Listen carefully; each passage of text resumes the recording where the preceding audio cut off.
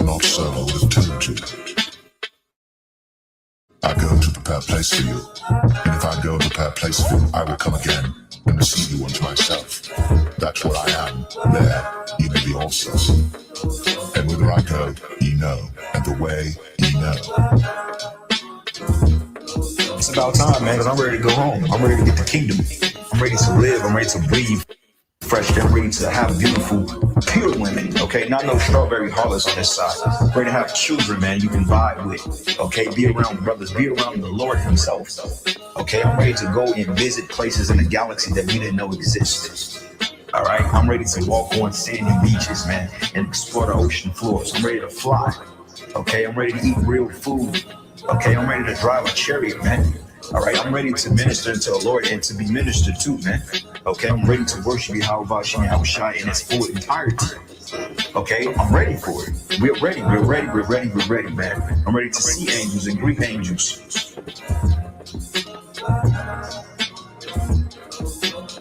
But as it is written, eye hath not seen, nor ear heard, neither have entered into the heart of man the things which God hath prepared for them that love him.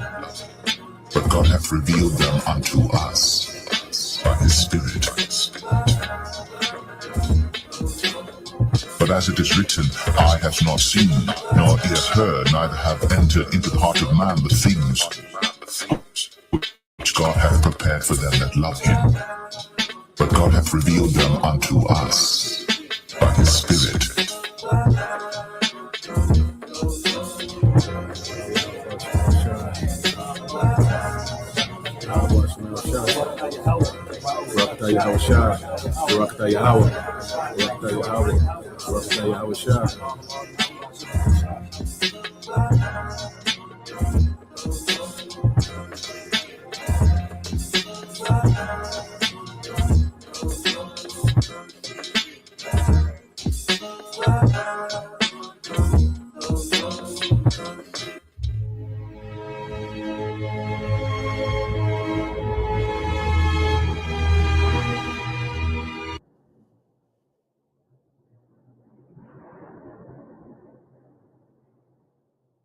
The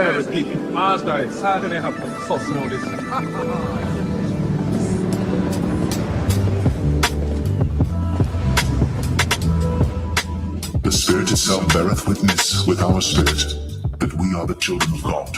And if children, then heirs, heirs of God, and joint heirs with God. If so be that we suffer with him, that we may be also glorified together. For I reckon that the sufferings of this present time are not worthy to be compared with the glory which shall be revealed in us. For the earnest expectation of the creature waited for the manifestation of the sons of God. For the creature was made subject to vanity, not willingly, but by reason of him who hath subjected the same, in hope, because the creature itself also shall be delivered from the bondage of corruption into the glorious liberty of the children of God. For we know that the whole creation groaneth and travaileth in pain together until now, and not only they, but ourselves also, which have the first fruits of the Spirit, even we ourselves groan within ourselves, waiting for the adoption to it, the redemption of our body.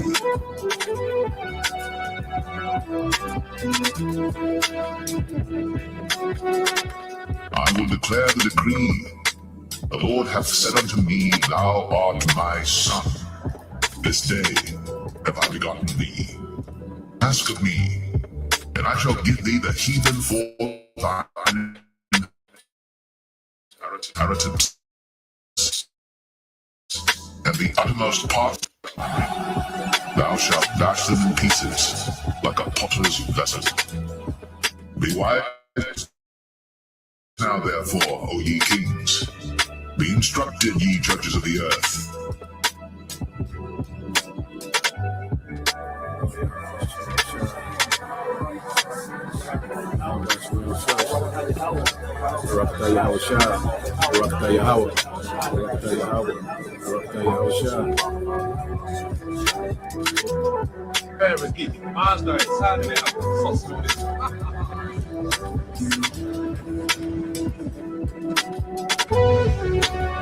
All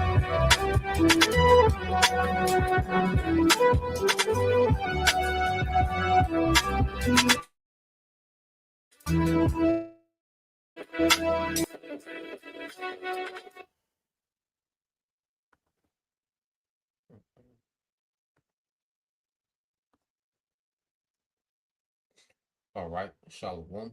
First and foremost, I'd like to give all praise and glory unto Yahweh Bahashem, Yahweh Shah Bahashem, Makakodash, and double honors unto the apostles and the elders of GMS who rule well, teach well, being great examples to his younger brothers. And peace and blessings and salutation to the hopeful lake out there pushing his word in truth and in sincerity across the four winds in the name of Yahweh Bahashem, Yahweh Shah Bahashem, Makakodash, pushing to get up out of here. Shalom to the hopeful lake, the believers, the listeners whom have came back to the obedience of the scriptures through faith in Yahweh Bashem Al Shai. All right, and what I want to get into this morning, all right, what we're getting into this morning news and prophecy, is wake up the mighty man, which it comes from, prophecy in the book of Joel, the third chapter, which we'll go through that chapter, starting at verse 9 on down, just going through and breaking it down because we're living in these prophecies, man. We're living in the actual prophecy that our forefathers seen thousands of years ago. Okay, and we're living in these prophecies real time. Okay, and that's the Lord showing that He is. That's the Lord showing His power in the earth. By having our forefathers see these visions. Have these things scribed down and recorded in a book. Okay, the collection, because if you go into the Bible, it's filled with a collection of prophecies. It has history, it has accounts, it has parables.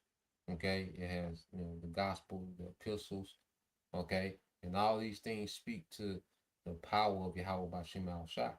Okay, so as we're looking at what's happening in the planet Earth, well, there's a book that explains these things to a T. And it makes it undeniable that He is. Okay, no other book is doing this, man. All right, that's why. Matter of fact, let's start off here before we even get into Joel the third. Let's get this in Isaiah 34. Okay, and then we'll tap in. Get KJV. All right, this is a book of Isaiah 34 and 16. It says, "Seek you out of the book of the Lord, Yahweh Bashemal Shai, and read. No one of these shall fail. None shall want her mate. For my mouth it hath commanded, and his spirit it had gathered them." Okay? So seek out the book of the Lord, which is the scriptures. Okay, the Bible. So as we have been given the understanding of the Bible in these latter days, we're able, to seek out, all right, the will of Yahweh by Shemal Shai. We're able to be informed on what the Lord is doing in the earth, man. All right, and we're living in a transition of kingdoms, man. And Esau, Edom, he's done. He's finished. This age is finished. This world is finished, man. Okay, everything about this world, about this age, about what we thought was life on this side, man, is done. Okay, it's over. You see, we on to something else, man. We in the spirit of moving full steam ahead to a new world, man. Okay, to a new age of righteousness, man. You see, that mind of trying to build here and establish something here, that's gone, man. We in the transition because we understand the will of the Lord. So as we understand the will of Yahweh Bashem Al Shai, man, okay, we have an expectation that's beyond this world, beyond this age, man. Okay, and we're seeing that nothing that's written in the Bible is going to fail.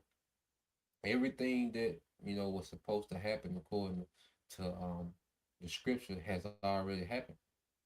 And everything that's supposed to happen in the future according to the scripture is in motion to happen, man.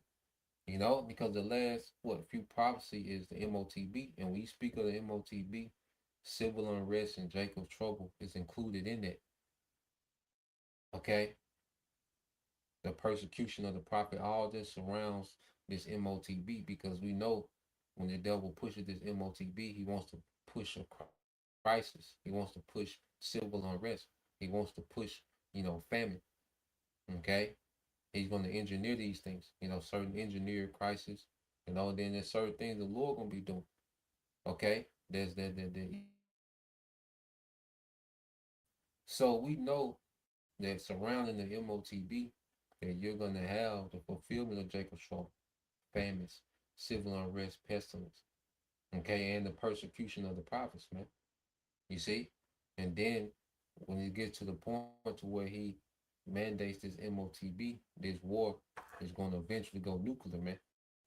Okay? And erase everything that this man is trying to do. Okay? And it's going to usher in the return of Yahweh Shah. Because every prophecy has been fulfilled except these last few. And these last few we're seeing it happen in real time. They're in motion. You see? So let's go from there and let's get this in Joel 3 and 9. Because there's a certain spirit that's in the earth, man, amongst these nations. Okay, let's get this in the AMP. Okay. But the Lord has a certain spirit that he's put on these heathens, man, you know, for the sake of prophecy. All right. And that's why we see these heathens moving how they move. Okay. Joel 3 and 9 said, proclaim this among the pagan nations. Prepare a war. Stir up the mighty men. It says among the pagan nation, the actual Gentiles, man. Okay. These actual other nations outside. All right. The sons of God, the nation of Israel. Okay. So we're seeing these Gentiles would prepare a war, stir up the mighty man. It's the Lord is doing that. Let all the men of war come near. Let them come up. This is the Lord is doing that. So we're seeing the spirit amongst these mighty men to stir it up. The warriors of these other nations, they are stirred up for war. You see? The Lord is showing that Babylon, okay, is in decline. Okay, ain't no unseeing that. These nations see that Babylon is vulnerable, man. And the Lord wanted it to be like that, man. Okay? These nations see that Babylon is vulnerable, man. All right, and now there's a spirit stirred up in these nations, man. Okay, to eradicate America, man. Remove America, all right, off the board, man. You see, that's the play amongst these nations is to remove America off the board. You see, when you go into let's get this word prepare and stir, you know. So you go into the word prepare, and it's the word kodash, okay, which the word kodash goes into what holy. Okay, now when you go into the definitions of holy, which we know, all right, holy goes into what to be separated or to be dedicated. Okay, and the Lord has these nations separated and dedicated to his assignment within his will. Now we are the holy people. We're the people that separated for righteousness, man. You know, then the Lord gives us because we go into the Rakak Dash, which is what a Holy Spirit. We have a spirit, all right, a Holy Spirit, a separate spirit from everyone else in the world, man. The elect have a separate spirit upon them, okay? Because we're dedicated to an assignment, all right, within the Lord's will as well, in righteousness, man. To teach, to repent, okay, to proclaim, all right, the Lord's will in the earth, man. You see? But it says, you have to set apart, to devote, and these nations have been set apart and devoted to the will of the Lord on the left hand side, man. And the assignment that's on the board right now is to turn America to a desert, man. Okay, so these nations are stirred up against Babylon, man. All right, and against any alliance of Babylon. Okay, and eventually America is not going to have any alliance, man. All these nations with nuclear capabilities are going to shoot, okay, on America, man. And you go into that word to stir up, all right, which is in the Hebrew is ahar, all right, ahar in the Hebrew, which means what to rouse, to awaken, to incite, okay. You see, so the Lord has these nations, awakened, they're excited, okay, they're roused up, okay, and it's gonna be headed by who? The Medes, which are the Russians. That's why when you can go into Isaiah 13, okay, let's get this in Isaiah 13, okay, and this is what we're seeing, playing out. Isaiah 13 and 17, it says, "Behold, I will stir up the Medes against them which shall not regard silver, and as for gold, they shall not delight in it. Yeah.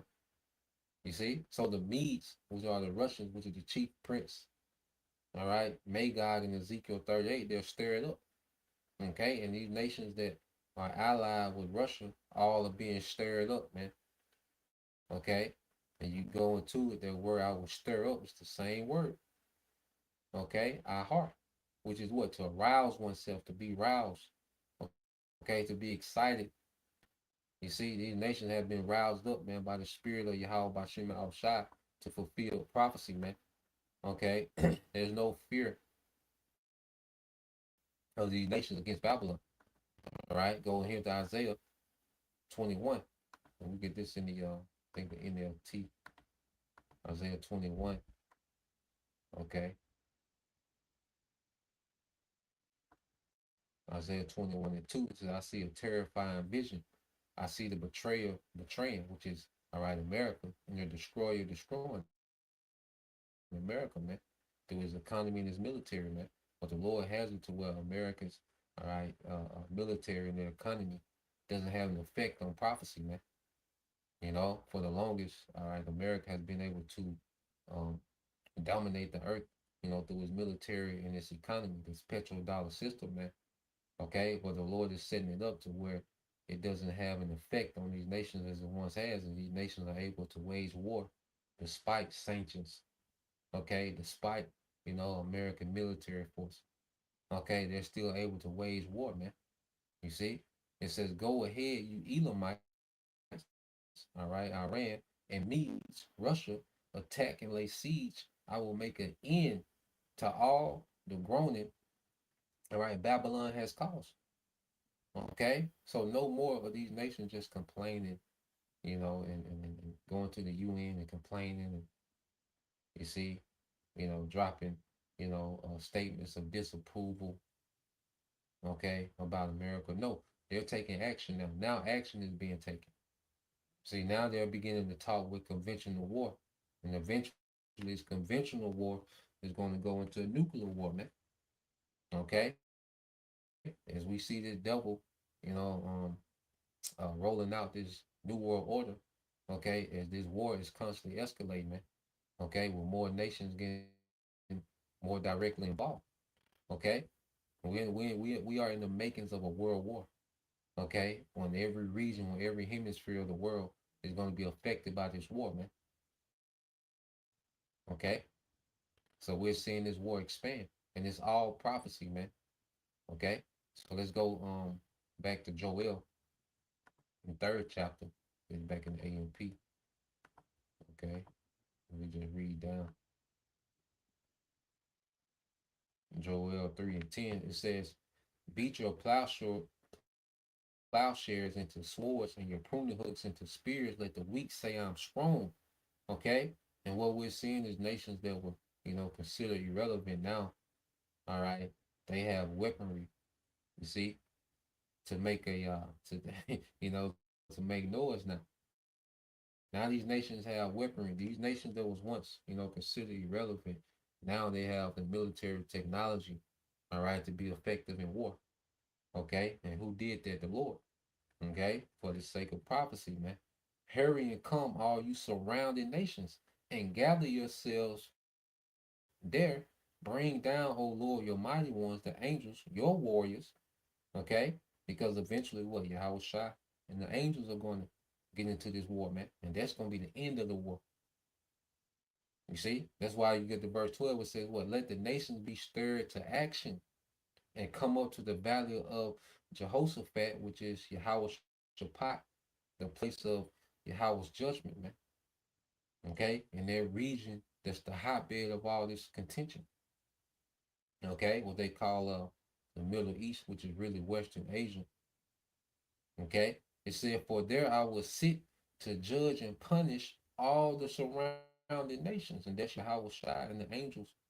Okay, coming to punish the heathens, man, all of them. Okay, so as we're seeing, America being written out the script. All right, these nations are gonna take America off the board. Then Yahweh Shai is gonna come and take all these other nations off the board, man. Okay, and then the earth is gonna be given unto the elect of Israel, man. That's gonna be literal, man. When the scripture says, "Well, the meek shall inherit the earth," that's gonna be literal, man. And it's gonna be post World War III. Okay, when Yahweh Shai has put down all dominion and rule of the heathen.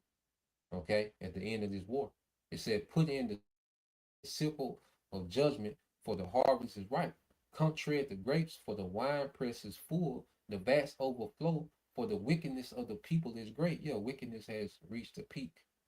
You see, the Lord already had a set measure for wickedness, all right, to reach in this current age, man. And we're getting close to that point. And that's why the war escalate. Because wickedness is getting to the point where the Lord's going to cut it off, man. That's why he's allowing this war to escalate like it's escalating, man. Okay? Because the ultimate judgment is Yahweh Shai coming back in the midst of this war. That's the ultimate judgment, man. Okay? And it says, verse 14 said, "Multitudes, multitudes in the valley of decision, judgment, okay? For the day of the Lord is near in the valley of decision," all right, where it says, when judgment is executed, man, you know? So we're coming into the time, all right, the Lord to make his final decision in the earth. See, the Most High is the judge. Yahweh Shai is going to come execute that judgment, man. And the judgment is all these heathens, all right, the militaries are going to be destroyed, their governments are going to be destroyed, and they're going to go into captivity. That's the decision. He's going to deliver a remnant of his people. That's the decision that comes from on high. And Yahweh Shai is going to come and execute that decision in the earth, man, at the climax of this war. Okay? Verse 15, the sun and moon, all right, grow dark. Yeah, we know the sun and moon goes into wisdom and understanding. Okay? And the judgment continues to take hold. All right? The wisdom and understanding of this age is going to grow darker and darker to where people don't have a clue of what's next, man. People, like scripture speak about perplexity in these last days, man. Okay? So the understanding of this world, this age, what people think to know is reality, man, it's going to grow dark, man, because the Lord is phasing this place out. Okay? It says, "And the stars lose their brightness," which we know, the nukes, okay, as well, are going to blot out sun and the moon. The chariots are going to blot out. They're going to fill the skies, man. You see? The heavens, you look up, man, you're going to see nukes and chariots, man. It's going to come a time when you look up, all right, you're going to see nukes and chariots, man. Okay? This is what we're coming into, man. This is why, hey, we in the time to get ready, all right, to flee from this time, as the scriptures say. But it begins with our mind. Our mind got to flee from this place, man. You can't have a mindset of here, investing in right here, man. What is it to invest in? Okay? What the hell is it to invest in right now in this age, man? No, man. Our mind is fleeing this place, man. Okay? The only thing left to do is wait on Yahweh Shai. Okay? Everything else is irrelevant, man. You see? Joel 3:16 says, "The Lord thunders and roars from Zion, and the other his voice from Jerusalem in judgment of his enemies." Okay? "And the heavens and the earth tremble and shudder." That's the nukes hitting the earth. "And the Lord is the refuge for his people," and that's us on the chariots. Because the only place of safety, all right, is going to be on those chariots, man. If you're ground zero in America, you're done. Okay? You're out of there. You see? The only refuge is going to be on those chariots, man, with Yahweh Shai. It says, "in a stronghold of protection to the children of Israel." Wait a minute. So that shows you that salvation is for one nation. Okay? It says, "in a stronghold of protections." So those chariots are only for Israel, for the salvation of the elect of Israel in this time, man. Okay? Verse 17, it says, "Then you will know and understand fully that I'm the Lord your power." Okay, we're gonna, man, we're gonna understand mercy on another level. We're gonna understand he is on another level. When we're changed and on those chariots as America being destroyed in that moment, man. And that's what we're striving to get to. That's what our eye is single on. That's why Yahweh Shai said, "Keep your eye single.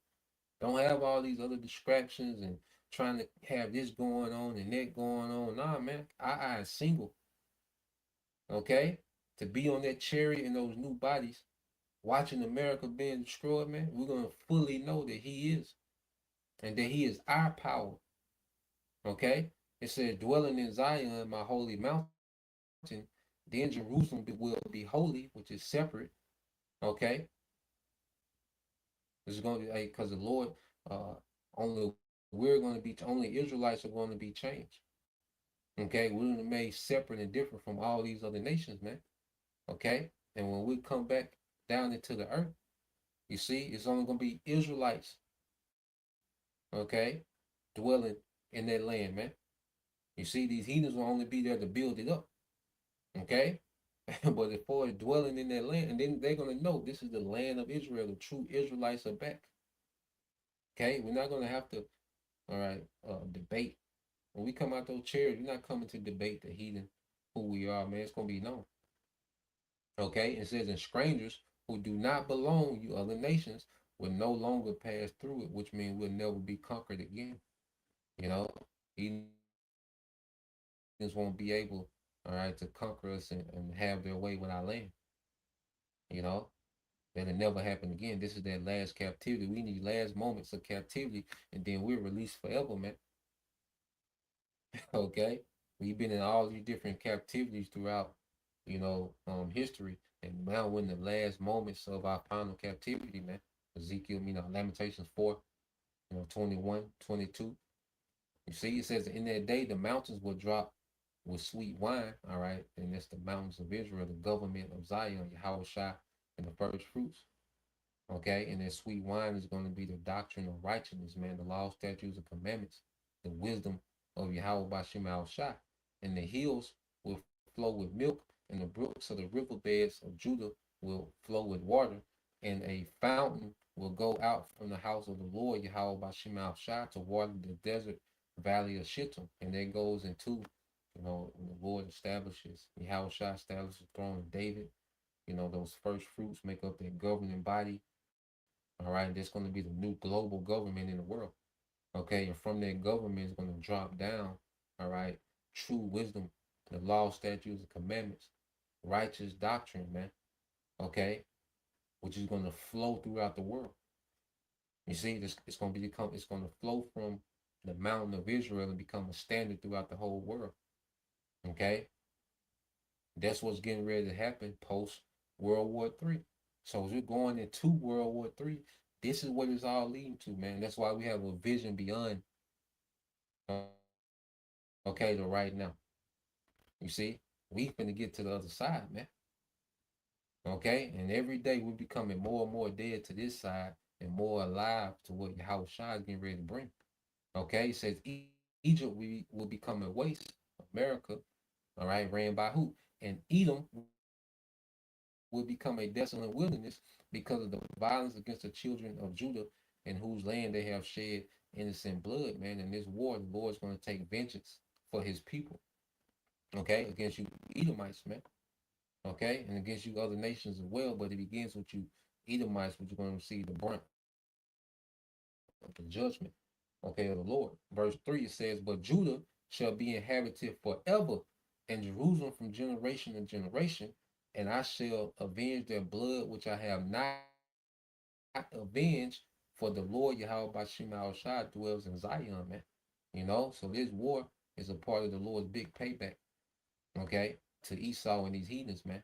So it's beautiful how we see the Lord has these nations stirred up. Okay, so let's go from there. Let's get into some happenings. Okay, let's get into some happenings going on. Now, first you got this. More nations are getting more involved, man. Okay, let's go into these nations getting more involved. Uh,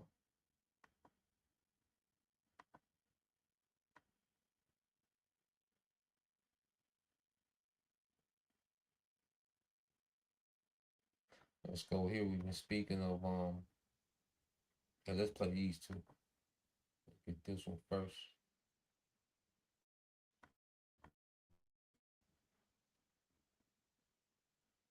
All right, so now you got North Korea being talked about more. Remember Zelensky? He said, Zelensky said the other day, well, we are already being attacked by Iran and North Korea. He mentioned North Korea. Korea.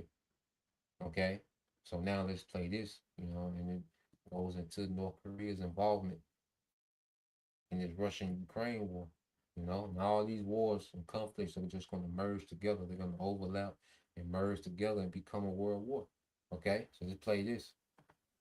Korea's missiles are no longer just a threat.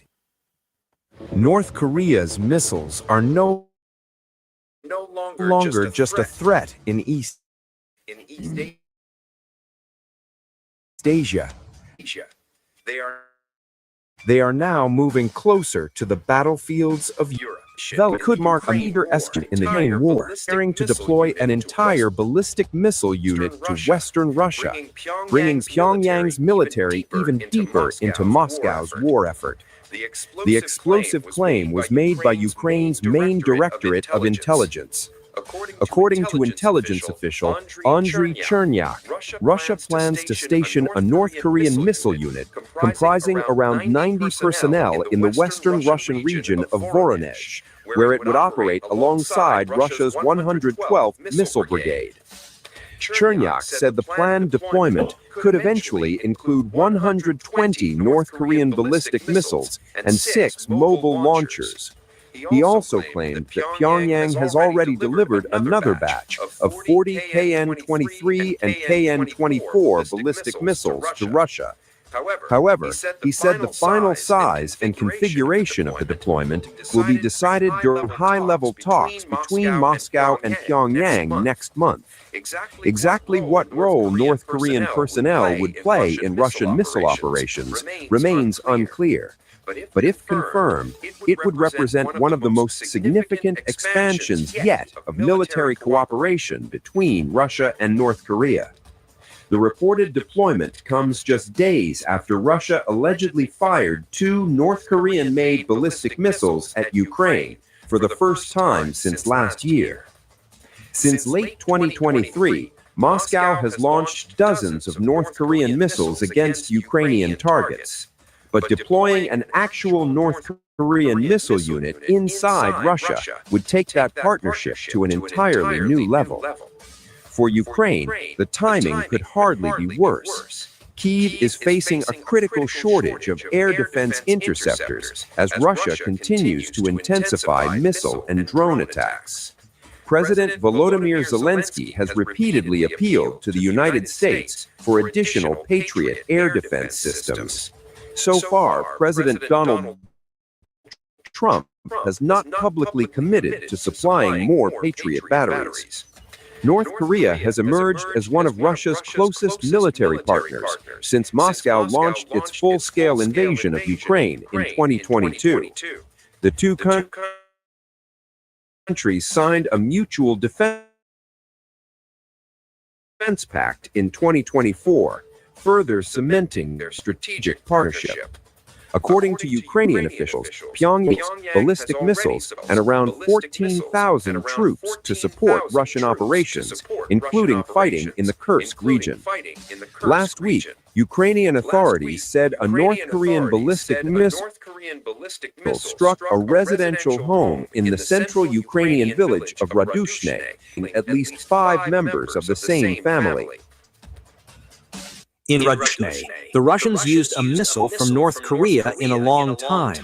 That is what preliminary data shows. Of course, there will be further analyses and everything will be verified. But as of now, it was a North Korean ballistic missile. So they know, Ukraine know. And see, just like Russia know that, Ukraine is nothing but a small head proxy. Okay? So what you're seeing now is North Korea getting more involved. And see what these nations do as well. Let's say you have military alliances with a nation. So what North Korea is doing, they're sending troops, all right, to assist Russia. They're sending troops and missiles to assist Russia.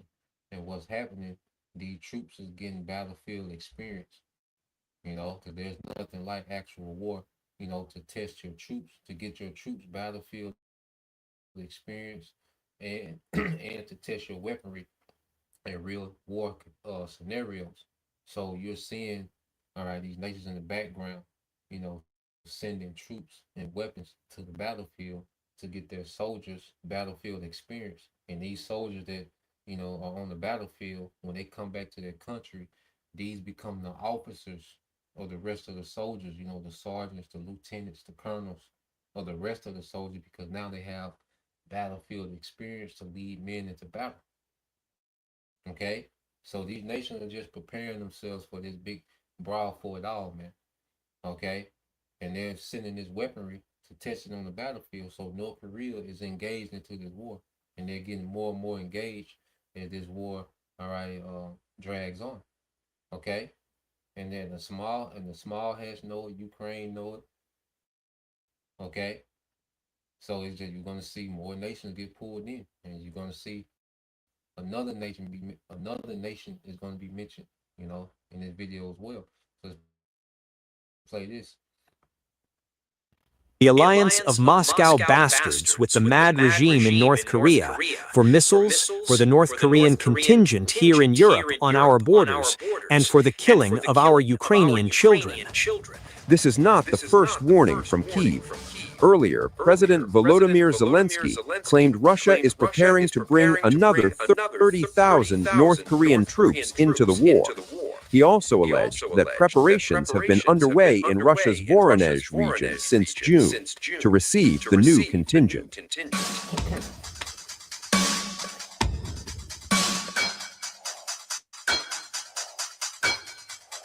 We also see Russia's cooperation with North Korea. Russia wants to bring in another 30,000 North Korean troops. Preparations have been underway in Russia's Voronezh region since June to receive them. In addition, North Korea is preparing to supply Russia with new launchers for ballistic missiles. This is a threat not only to Ukraine. Russia is helping North Korea learn how to wage war, improve its weapons, and gain real combat experience in using them. Goddamn right. All of this poses a threat to every country in Asia that lies within range of North Korean missiles. Nuclear tensions are once again rising on the Korean peninsula, and this time, Japan's military expansion is at the center of the storm. Whoa. What's that? I just built a budgeting app in Base 44. Guys, maybe just build.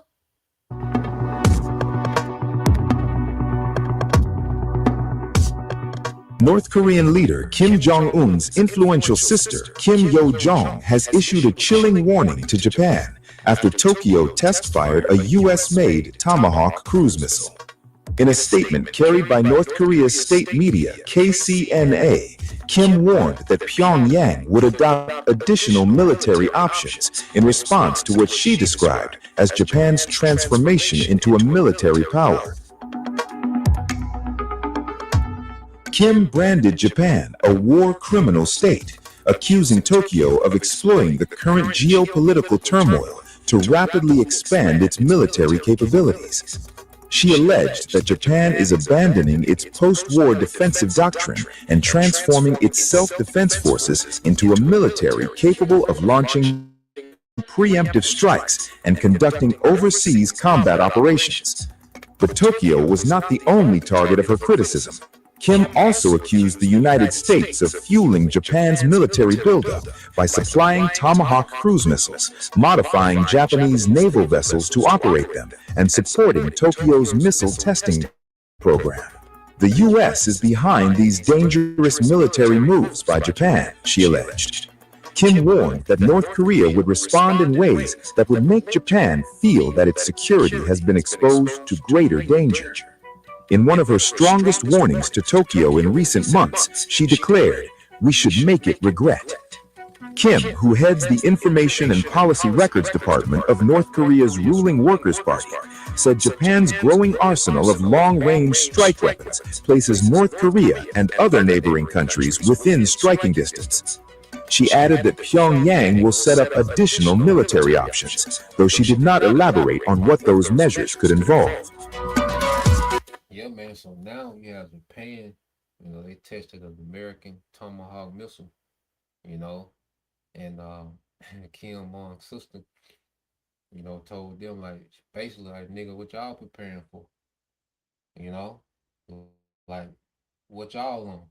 So now you got North Korea taking shots at Japan, which Japan is what an ally of America. Okay, so North Korea is pretty much telling Japan, nigga, don't get cute out there on that little island. Okay, because North Korea got some, and what these nations see is that these missile defense systems ain't what America hyped them up to be. So really, Japan is unprotected. Okay, if Japan, get cute with North Korea, it's gonna get bad quick. Okay, so North Korea, like, I don't know, what the hype is, but don't do that. Okay, but you just see more nations is getting pulled into this narrative, man. It's a ripple effect, you know, and it's gonna be a war in every region. So let's go from there. Um, so now North Korea is being talked about more, and Japan, they done tested American Tomahawk missile. Okay, North Korea took that as a shot, like, okay, because you got different regions, because what we seeing now in the main theater of war is what America calls CENTCOM, Central Command, and that's over there in the region of Iran, the Middle East, okay, in that region, okay. But this here is what you call Pacific Command, or what they call PACOM. You see, with control, which dealing with China, Korea, Vietnam, Japan. You see, so now you have all these different theaters of war, okay, that's starting to go hot, starting to get more active, man. And that's the Lord stirring up the mighty man. Okay, so let's go from there.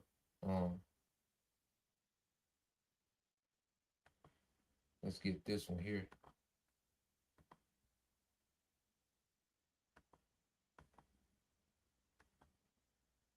Let's go with this one though.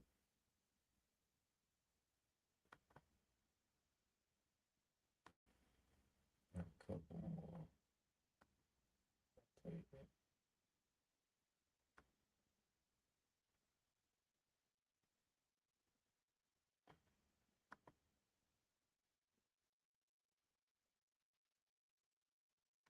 So let's play this one.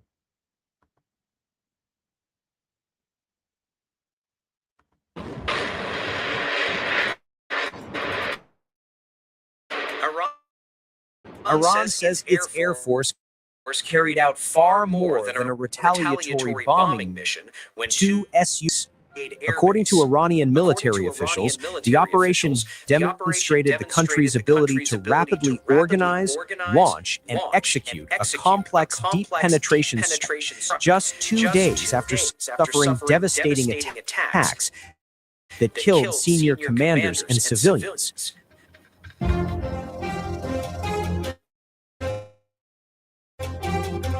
Iranian officials say the Su-24 aircraft departed Shahid Durran Air Base on March 2nd, flying at an altitude of less than 30 meters above the Persian Gulf before striking Al Udeid Air Base. Such ultra-low-level flying is regarded as one of the most demanding combat aviation techniques because it minimizes radar detection while placing enormous pressure on pilots navigating at high speed. So just explain what's happening, showing you how the war is transitioning. So as the war goes on, America is becoming less capable, but Iran is becoming more capable. So remember, they've been saying that the Navy, Iran's Navy is gone, Iran Air Force is gone. But wait a minute, you had Iran do airstrikes, okay, with these newer model, all right, Russian jets, okay, and then they're low flying, which makes it hard for them to be picked up on these radars, which they've destroyed most of these radars. Okay, so Iran is getting air superiority in this war. Okay, to where they're able to fly all the way across the Persian Gulf, do airstrikes in Qatar, and go back to Iran unscathed. America can't do that. America can't go across the Persian Gulf. Okay, because they've been losing aircraft because they go into, all right, the kill zone of Iran's air missile defense systems. Okay, but what we're seeing is the Gulf is being opened up because they destroying radars, these THAAD systems. America's low on these PAC-3s, okay, Patriot projectiles. So now Iran is being able, they're testing the water and they're flying across the Persian Gulf into these Gulf countries, and they're able to let off their munitions and then come back, man. Okay? So what we're seeing is Iran is becoming more capable militarily in this war, and America is having to leave and bases have to retreat, further back into the west, while Iran is coming more to the east. Okay, so America is losing major ground in this war, man, and this is just the first phase with Iran. It only gets worse, man. So when I seen this, I said, "Oh, the war is making a turn." Because you can look at it and be like, "Oh, just no." The fact that Iran can send fighter jets into the Gulf and come back, fly over these Gulf, all right, countries and fly back. You see, that's a major turning point into how this war is going, man. All right, so let's play a little more. Al Udeid Air Base is widely regarded as one of the United States' most important military hubs in West Asia, serving not only as an air base, but also as a key command, coordination, logistics, and operational planning center for American military activities across the region. Military analysts view the installation as a strategic nerve center whose importance extends well beyond its aircraft and infrastructure. According to Brigadier General Masoud Jafari, enemy combat air patrol aircraft intercepted the Iranian Su-24s only during their return flight after the strike had already been completed. If accurate, that would suggest the aircraft successfully penetrated contested airspace, reached their objective, and began withdrawing before interception efforts were launched, highlighting the complexity of the reported operation.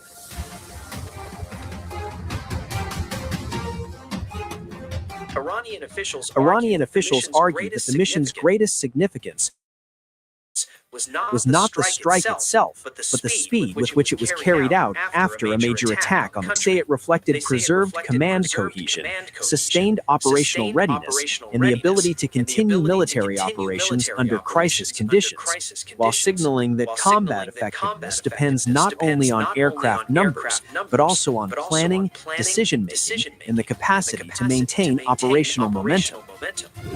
The Middle East crisis has taken another explosion. Yeah, so now you have, Iran doing airstrikes, man, and they're doing it in these newer model Russian jets, man. Which Russia has, the fastest jets. Now America has the most jets, but Russia has been able to, all right, what you call, I think, fifth generation. I think they're on fifth generational fighter jets. Okay. And it goes into their capabilities, but Russia has some very advanced fighter jets that Iran has, man. Okay, and the war is changing. You see, the war is changing. Where these nations are able to have air superiority over America, man. And America has never been in a position where they didn't have air superiority in the war, man. Okay, but this war is different because this war, okay, is going to end the empire of America.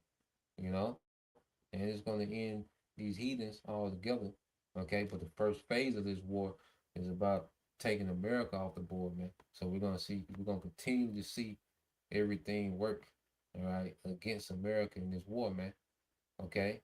So let's go from there, all right?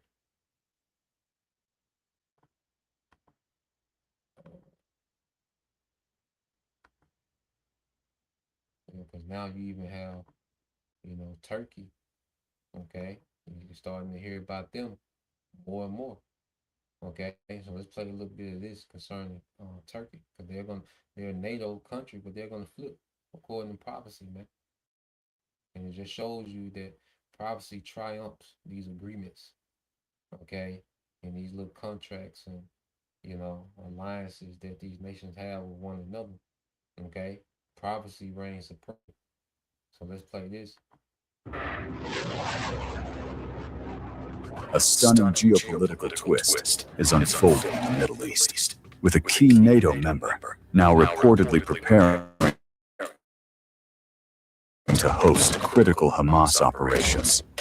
According to fresh reports, Turkey is set to become the new base for much of the terror group's clandestine activities after Qatar tightened restrictions on Hamas leaders. The reported move is likely to trigger fresh questions over Ankara's regional role and could complicate Washington's efforts to isolate Iran-backed groups. Hamas is reportedly preparing to relocate of its behind-the-scenes operations from Qatar to Turkey in what could mark a significant strategic realignment. According to Israel's Khan public broadcaster, the group's secretive planning, cyber and operational departments are expected to move to Turkey, while much of its public political leadership will continue to remain in Qatar. The reported relocation comes after Qatari authorities allegedly imposed fresh restrictions on Hamas leaders operating in Doha.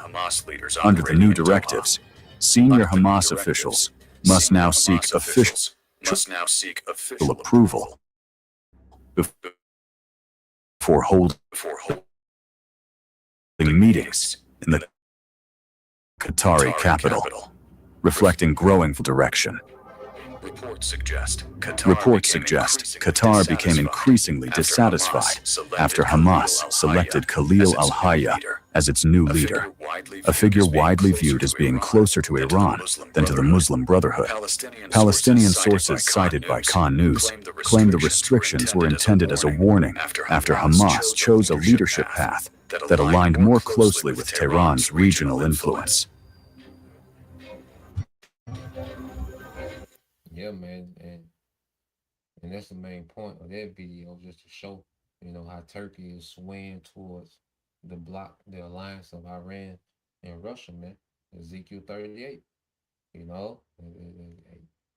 more and more, the prophecies are aligned just as they said they would, just as the Most High, said that it'd play out. Okay, so let's go from here. Let's segue, all right, to let's segue here. What these devils now, all right, are putting together with this NWO, because these are the two main prophecies that lead to Yahushua. The MOTB leads to Yahushua, and this Third World War leads to Yahushua, man. And these are the main two prophecies, okay, that's left, to play out, and with them you have other, prophecies, like I said, the civil unrest, the pestilence, the famines, okay, it's all tied in together, okay. So let's go here. All right. So you have, and people, okay, because what's becoming the main talk is this infrastructure. The devil, he's trying to ease this infrastructure. He's been building it for decades. Okay. The infrastructure for this new world order. Okay, which is the infrastructure, the data centers needed to compute data real time. Okay.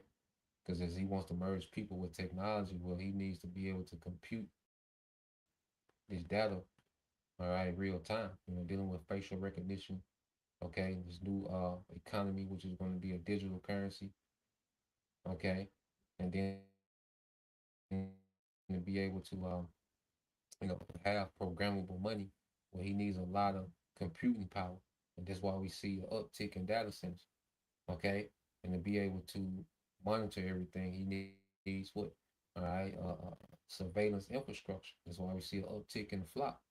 Okay, but what we see happening, is people are beginning to speak against these things, and actually, come up, because you have this thing called deflock, which we're gonna get into it.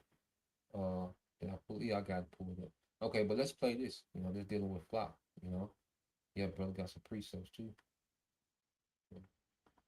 All right, this is the brother nationality Israelite. Isaiah 13:4 said, the noise of a multitude in the mountains, like of a great people, a tumultuous noise of kingdoms, of nations gathered together. The Lord of hosts mustered, all right, the Lord of hosts mustered the host of the battle.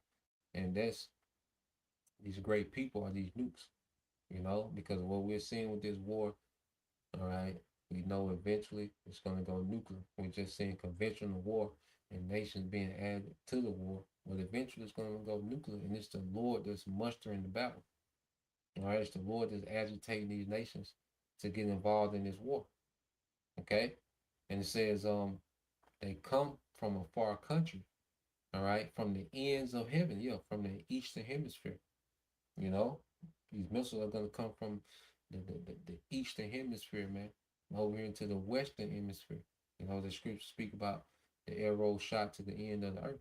It said, even the Lord and the weapons of his indignation, yeah, these are the weapons of the Lord's anger to destroy the whole land. And it's the whole land of Babylon, man. All right. And these are the times, okay, that we're in. You know, these events are leading to, all right, that ultimate judgment, which is nuclear war in Yahweh. Okay. And in the midst of this, the devil, you know, he's trying to roll out this new world order. So let's play this, you know, and he's been troubled on every side. You know, this plays a part in him being troubled on every side because things are beginning to work against him, and he's having to move faster than he wants. Okay. So the mass spread of flock cameras across the country has increasingly become an issue of deep concern to Americans. There's one organization that has sprung up called DFlock, which you can go to their website and you can see a map of where all the flock cameras are located. They're doing sort of standard First Amendment. The Flock CEO was asked about this group, and he labeled them as a terrorist organization. Let's take a listen. You've got organizations like the ACLU and the EFF who take an above-board approach to fight for their point of view. And thankfully, we live in a beautifully democratic, capitalistic country where we can fight in court. And I have a lot of respect. They have reasonable debates, and we follow the law. And then, unfortunately, there's terroristic organizations like DFlock, whose primary motivation is chaos. They are closer to Antifa than they are anything else. And that, I think, is unfortunate because we don't want chaos, or I don't want chaos. I like law and order. I like a society that is a bedrock of safety. Now, this is supposed to be the CEO of Flock, which, okay, this is just another made-up story. You know, it's supposed to be some guy from Atlanta who house was broken in and he felt that he didn't get, you know, his rightful justice, you know, from the police department. So he created a security camera. Okay, but wait a minute. There's been home security cameras. Okay, so it ain't like he invented something that wasn't already out, which is security cameras. You see, but they're able to do, they're able to say, well, behind this man's, you know, fear and safety, he created this camera company called Flock. Okay, so you know, the people concentrate on this guy. Okay, and Flock technology spreading throughout the country. They even have Flock camera drones now. Okay, so you're just looking at, you know, this man and his, you know, his violin story. Okay, about his house being broken into. Okay, so he needed, you know, Flock cameras. You know, he needed security cameras. So let's just put cameras everywhere in America, you know, to make it one big safe place. And that's the narrative that they running with this Flock CEO. Okay, but what is he pushing? Okay, the propaganda of the government. He's saying people that's against Flock, they're aligned with Antifa, which they made Antifa the boogeyman, which Antifa goes into anti-fascist. Now, when you go into anti-fascist, these are all the governments that the American government demonized, okay, for decades. Okay, the Hitler regime was looked at as fascist. Mussolini in Italy was looked at as fascist. Stalin in the USSR was looked at as fascist. Okay, even today, North Korea, communism, all that is linked to fascism. Here it is, the government has demonized fascism. The American government has demonized fascism for all these years, all these decades. But then they make a domestic terrorist group in America. All right, they call it Antifa, which is mean anti-fascism. Okay, and they can do that because people don't understand words. They don't understand what's going on. Okay, They're able to do that with the American population, okay? Because the American population is uninformed. You see, you have a few, that's kicking back against the things that's happening, man. But for the most part, the American population is so uninformed that they able to push these type of propagandas that's very contradicting, man. You see, but yeah, so now they're saying, look, if you're against, this technology, you're allied with Antifa, you're a domestic terrorist. Okay, and this is what he's nothing but a puppet. Okay, this nigga didn't invent a goddamn thing, man. Okay, this is military technology, man. Okay, this technology is an extension of the surveillance state. Okay, it's coming from the top. So for those groups, I think it's just disappointing that they haven't chosen a more constructive mannerism to try to get what they want, which they have a right to have. But that's why we have a democratically elected process, right? Like we're not forcing flock on anyone. Elected officials know that as a community, you want to be safe. I mean, this is complete insanity, Sagar, but it also fits into the rhetorical and legal framework that the Trump admin has set up. It's not an accident that he name checks Antifa here because they've used NSPN 7 and other tools to try to go after these left-wing groups that they label as terrorists. And so he adopts that language to try to, put DFLOC in the same category as these other groups that have been identified by the Trump administration as terrorists. But literally you can. So real quick, let's look at DFLOC. Okay, what they're calling DFLOC.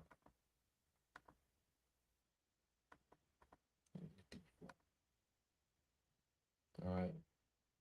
So DFLOC said DFLOC is a crowd or source, open source platform and mobile app designed to map and expose mass surveillance infrastructure, specifically targeting AI-powered automated license plate readers. The platform name is a direct counterplay to Flock Safety, one of the largest private providers of ALPR, or automatic license plate reader, police monitor cameras in the United States. Founded in 2024 by privacy advocate and software engineer Will Freeman, DFLOC aims to fight back against widespread vehicle surveillance by making the location of these tracking systems visible to the public. Okay, so now they're saying, well, you're doing this. Okay, you're creating, this open source, all right, platform. Okay, that maps out, these flock cameras. Okay, and all these ALPRs, automated license plate reader cameras and AI, surveillance technology. Well, look, you're a terrorist. You're a domestic terrorist, man. And they're just setting it up, to demonize and criminalize a lot of Americans, man. Okay, as they're getting ready to bring in, all right, a new order. All right, this technocracy, this dictatorship. Okay. So let's see. I think it's a little more to play on here.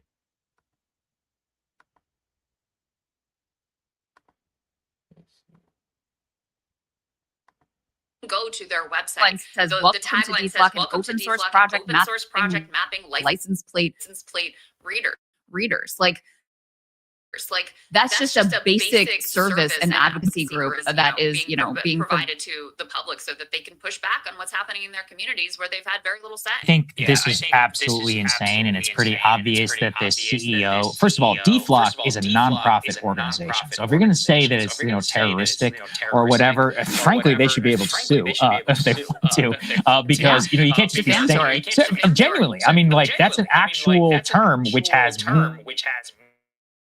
meaning. It's a non-profit organization which is open source, which allows people just to flag this as a terrorist organization because it lets you flag where police officers are whenever they're trying to speed trap you. So let's start with that. The second thing, and I said this, I got such an angry message from a right-wing friend where I said I genuinely would trust a place like China or Singapore to surveil me, to mass surveil me, than I would fly. And I'm about to show Why? Is because it is a for-profit company with very sketchy ability to actually hold to account and is, by the way, not wholly bought in by our democratic system, also with a profit motive.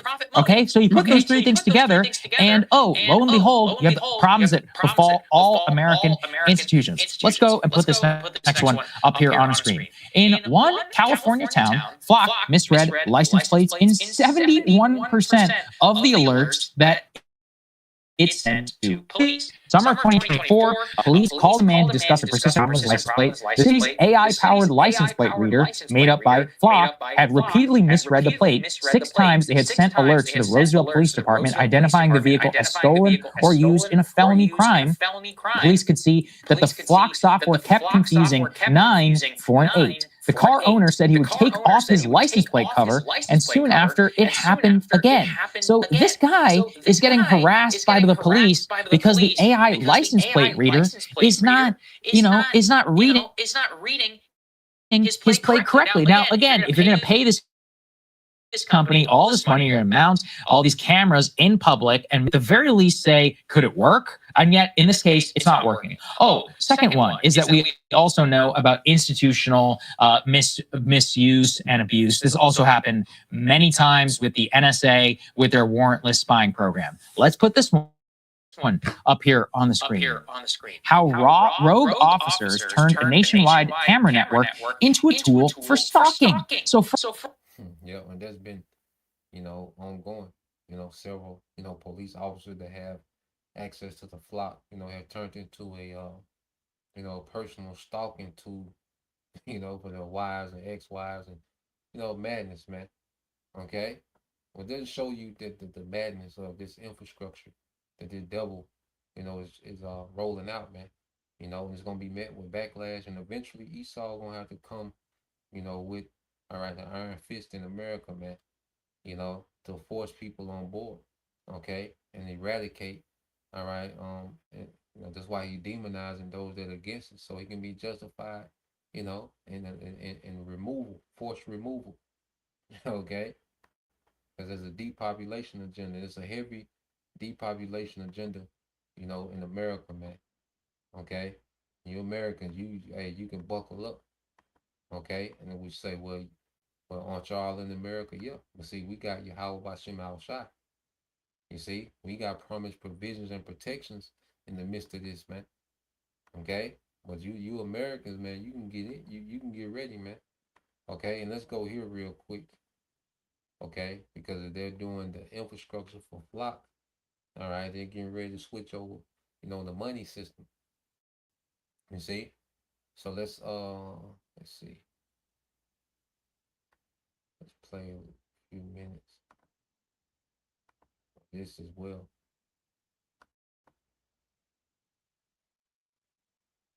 And there's no telling how many, flock drones, that they have. Okay, because they just come out as of late, dealing with these flock drones. All right, let's go here. The brother got some precepts. This is brother nationality Israelite, Daniel 8 and 25. Now this was speaking, of Antiochus Epiphanes, during the time, all right, of the Greek Empire post, Alexander, which he comes out of the Seleucid, all right, dynasty, okay. But this is, how he ruled, amongst, this era of the Greeks, this guy Antiochus Epiphanes. But this can be applied today now, but originally it's talking about Antiochus Epiphanes or Antiochus, how you want to pronounce it. Okay. This is Daniel 8 and 25. It says, and through his policy also he shall cause craft to prosper in his hand, and he shall magnify himself in his heart, and by peace shall destroy many. He shall also stand up against the Prince of Peace, but he shall be broken without hand. So this devil, he causes, craft, to prosper, okay, through what policy, man? And he presents this technology, the flock, even the sea hip itself is for the sake of safety, for the sake of enhancement, for the sake of, this technological utopia, Okay, it's going to bring peace, it's going to bring prosperity, it's going to make the world more productive, more efficient. Okay, the earth is going to burn more clean energy. Meanwhile, destroying the earth with data centers, he's telling you that this, this new system is going to be better for the earth, better for the people. You see, and that's with peace he's going to destroy me. Okay, and what he's doing with this system is he's all right rebelling against the kingdom Yahweh Shai is getting ready to bring to the earth, man. Okay, but he's going to be broken. All right, this system is going to be broken. All right, from a power from another world, which is Yahweh Shai. Okay, a power from another realm. Okay,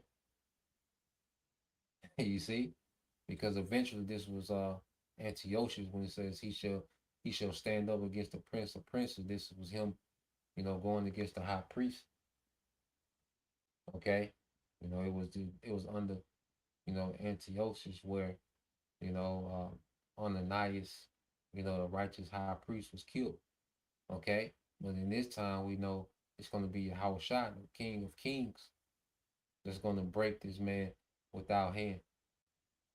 Okay, but with power from another realm. You see, now when you let's see, brother got some more.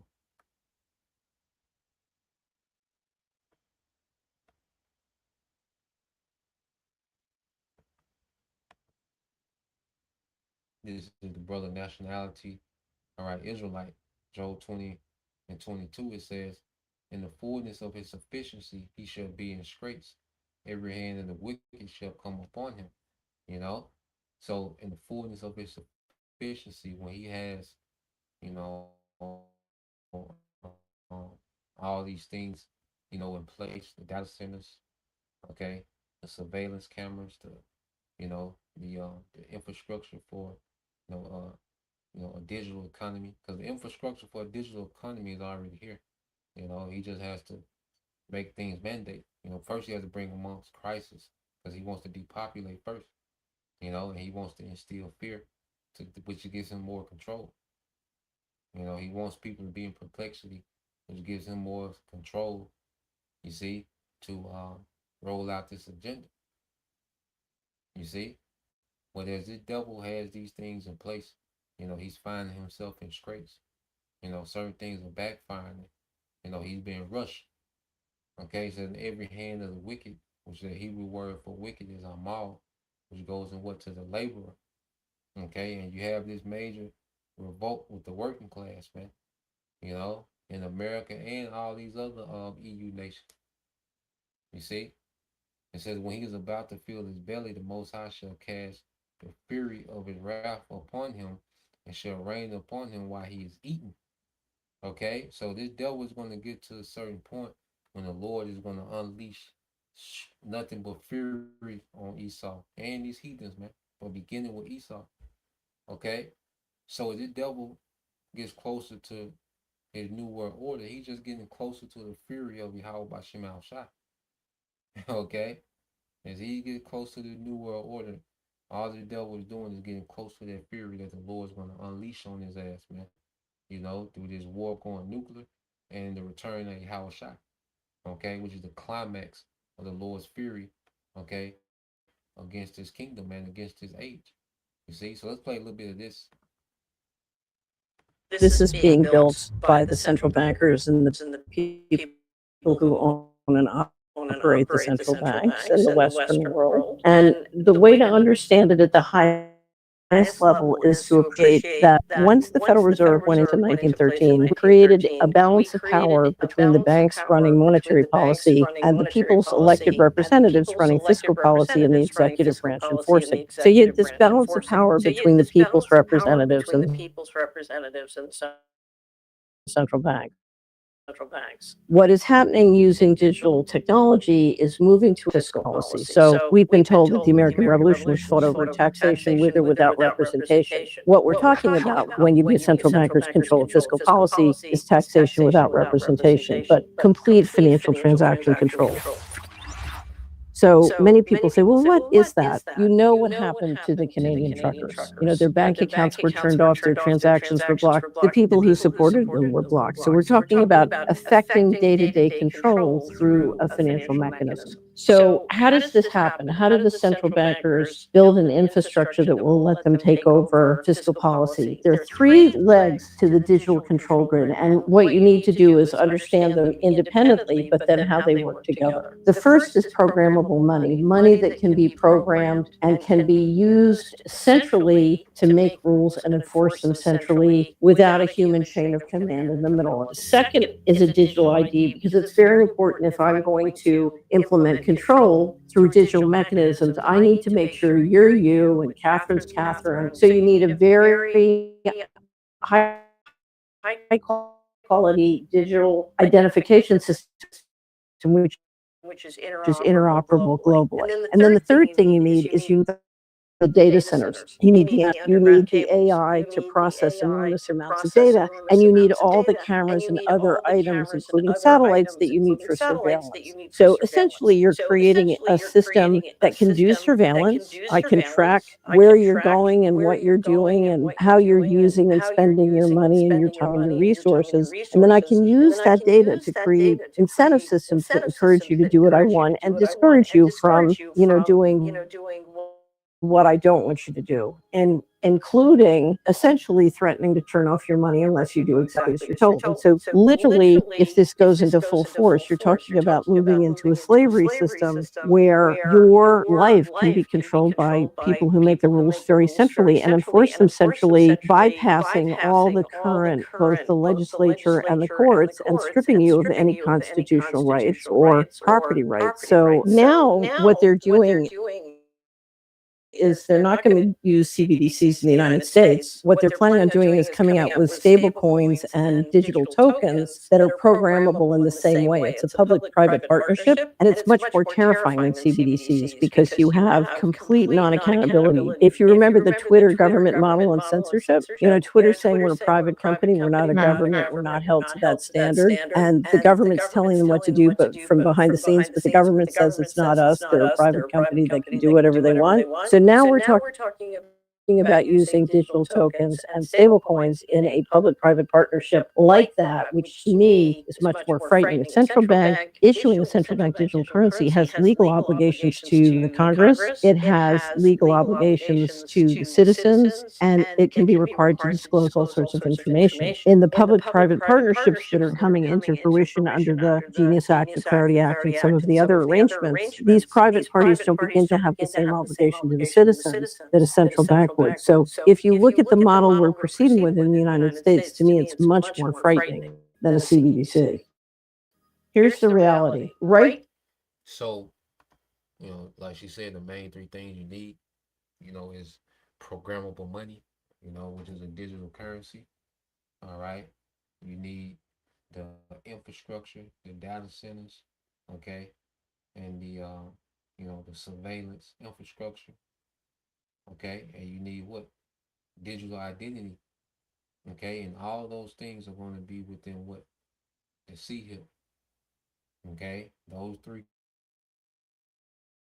because the C-HIP is going to tie everything together, okay, because it's going to be the information from the C-HIP that goes into these data centers. When you spend, okay, your digital money, where that information is going to be going through what data centers. When you have facial recognition, the information is going to go through data centers based on the identity of your C-HIP. Okay, so the C-HIP is going to tie, this whole infrastructure, the digital infrastructure together of complete control, man. All right, but we know this devil, he's going to fail. The Lord's going to allow this man, to get to a certain point. Okay, and then he's going to fail. Okay, so when you go into let's get this. The brother got some precepts. The brother servants of Yahweh Shai. All right, this is the book of Psalm, chapter 73, verse 17. The brother servants of Yahweh Shai 144. Until I went into the sanctuary of the Most High, then I understood therein. Yeah, because not knowing the truth and not having understanding and prophecy, man, You know, as you can see, people that have understanding of what's going on to some degree, you know, they're scratching their head when it comes to a solution. You see? But as we get into prophecy, well, we understand the solution because we know what this thing is leading to. We know who's on the way back, okay, to execute righteous judgment. You see? Verse 18, surely thou didst set them in slippery places, thou castest them down into destruction. Okay? So Esau, Edom is set in slippery places, man. He's set up for failure, you know, and he's getting ready to be what? Cast down to destruction, man. Okay? Him trying to be the Most High, he's going to collapse under all their weight. Trying to be the Most High, trying to go to war with everybody, trying to control the masses, trying to depopulate, trying to set up this infrastructure. He's going to collapse under all this weight, man. You know? And as he's falling, Yahweh Shai going to come, all right, with that headshot, take him out of here, man. Okay, it says, how are they brought into desolation as in a moment they are utterly consumed with terrors, man, in a moment. Okay? So in a moment, this devil is going to be utterly consumed with terrors, man. Okay? So we're looking at, all right, the end of Esau's rulership. Matter of fact, the brother got that. You know, Shalom, bro. Yahweh Shema Shah Barakatah. Shalom, brother. So let's go here.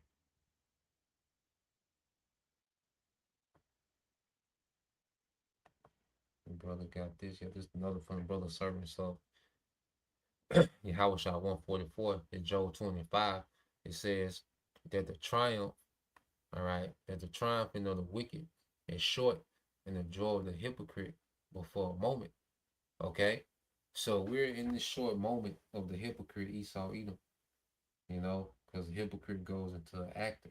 You know, the devil, he acts like he's about righteousness. He acts like he's, you know, humane, like his technology is for the benefit and his rulership is all about the benefit and forwarding people. And nah, man, it's the exact opposite, man. You know, it's to control and diminish and destroy. You see? So we in the time, all right, of this devil triumph, his short triumph, you know, because he's been in power for a few hundred years, okay? Going back from the Renaissance until now, he's been in power, okay? But that's a short time compared to an everlasting kingdom that's coming after this short, wicked kingdom, man. You see?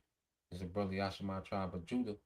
Job 18 and 14 says, his confidence shall be rooted out of his tabernacle, and it shall bring him to the king of terrors. Okay? So everything that this devil is doing, okay, because as Esau is falling, you best believe he's losing confidence, man. That's why he's gonna have to just rush, and he's gonna get more attacky as things play out. You know, because the hammer ain't having the effect that it used to have, and the petrodollar doesn't have the effect that it used to have, man. You know, and putting these nations in submission. These nations are only getting more capable. Okay. So this devil's confidence is being removed and is bringing him to the king of terror, which is Yahweh Shai. Okay. So Esau, he's on limited time, man. You know, and what we're seeing is the Lord, you know, doing his pleasure in the earth according to prophecy, man. You know, so we'll leave it there. You know, Lord will. You brothers, all right, and you few sisters edified once again. I want to give all praise and glory unto Yahweh Bahashem, Yahweh Shah Bahashem, Makakadash, and double honors unto the apostles and the elders of GMS who rule well, teach well, being great examples to his younger brothers. And peace and blessings, salutations, and hopefully, like Shalom.